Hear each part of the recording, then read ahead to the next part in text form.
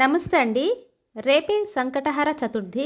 ఈ వ్రతం చేయడం వలన మనకున్న కష్టాలన్నీ ఆ గణపతి తొలగిస్తాడు. గణపతి మీద పూర్తి విశ్వాసంతో చెయ్యాలండి. వ్రతం రోజు మంచి ఆలోచనలు తప్ప వేరే ఎలాంటి ఆలోచనలు కూడా మనసులోకి రానివ్వకూడదు. ఆ రోజు ఉదయం తలంటి స్నానం చేసి ఇంటిని శుభ్రం చేసుకోవాలి. ఉదయం గణపతి దగ్గర ముడుపు కట్టాలండి.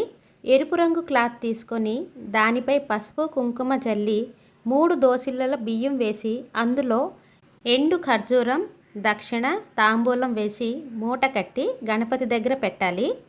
మీరు ఏ కోరికతో ఈ పూజను చేస్తున్నారో, ఏ కష్టం తీరాలని చేస్తున్నారో మనసులో స్వామి దగ్గర చెప్పుకుంటూ ఆ ముడుపుని గణపతి దగ్గర పెట్టండి.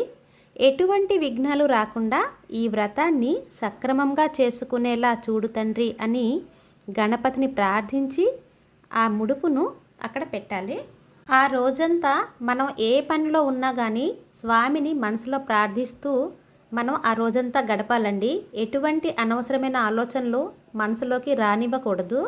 మనసులో స్వామిని ధ్యానిస్తూనే గడపాలండి.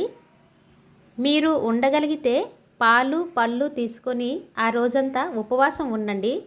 మీ శరీరం సహకరించకపోతే ఒక పూట భోజనం చేయండి. సాయంత్రం స్నానం చేసి వ్రతం ప్రారంభించాలి. మీరు ముడుపు కట్టిన బియ్యంతో ఉండ్రాల పాయసం లేదా బెల్లం పాయసం చేసుకోండి. పూజకి మీ దగ్గర వినాయకుని విగ్రహం ఉంటే విగ్రహం పెట్టండి. లేదంటే ఫోటో ఉంటే ఫోటోనైనా పెట్టండి. ఏదీ లేదనుకుంటే ఒక తమలపాకులో పసుపుతో వినాయకుని చేసి దానికి పసుపు, కుంకుమ, చందనం, గరిక వేసి పూజించండి. ఏమైనా పర్వాలేదండి. ఇక్కడ మనకి భక్తి అవసరం అండి. ఈ వ్రతం చేసుకునేవారు నియమం నిష్టతో భగవంతుని యందు పూర్తి నమ్మకంతో ఈ వ్రతం చేసుకుంటే తప్పకుండా మీ కష్టాలు తొలగిపోతాయండి.